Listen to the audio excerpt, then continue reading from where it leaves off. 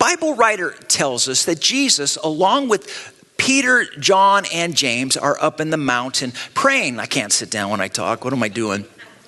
When all of a sudden, Jesus' physical form begins to transform, right? His appearance begins to change. The Bible writer Luke tells us that his face starts to change a little bit. His clothes become dazzling white. He becomes this shiny in appearance.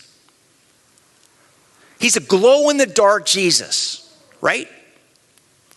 And in the Greek language, which was the original language that the New Testament portion of our Bibles was written in, when describing Jesus' transforming appearance, the word transfigured or transformed is the Greek word metamorpho. Turn to your neighbor and say that word, metamorpho. Okay, now think about this. In the English language, what English word sounds like this Greek word metamorpho? Metamorphosis, right? Bing, bing, bing. Show of hands. How many of you, when you were in grade school, had a science experiment involving a caterpillar? Anybody? Remember that? Maybe you found a caterpillar at home and you did your own science experiment where you put them in a jar and you'd always get like a little twig or something, right? And put the lid on it and put some holes in the top so it could breathe and stuff. And that caterpillar over time would weave itself what? A cocoon, right?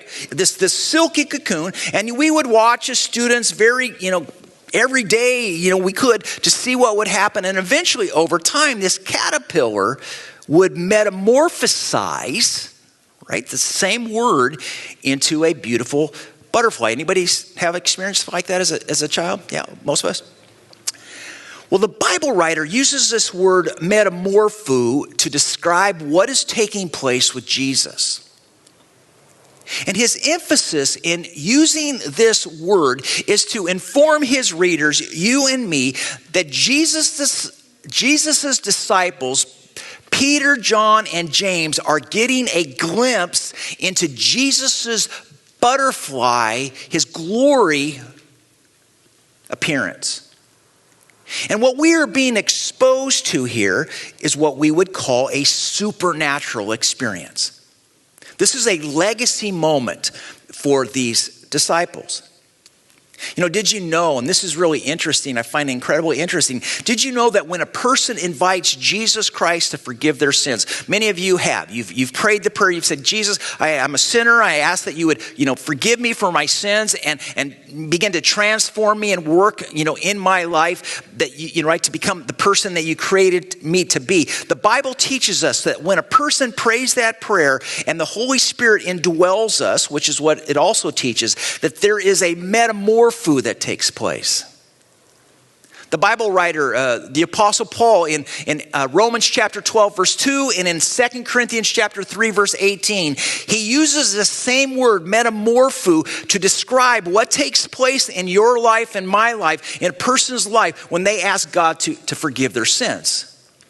So understand that if you're a follower of Jesus, you have already experienced this supernatural transformation. It puts you in the same place that Jesus that we're reading about here in Luke chapter 9. It's the same word. This supernatural transformation instantly begins. If you enjoyed this video, I invite you to like, subscribe, and share it with a friend.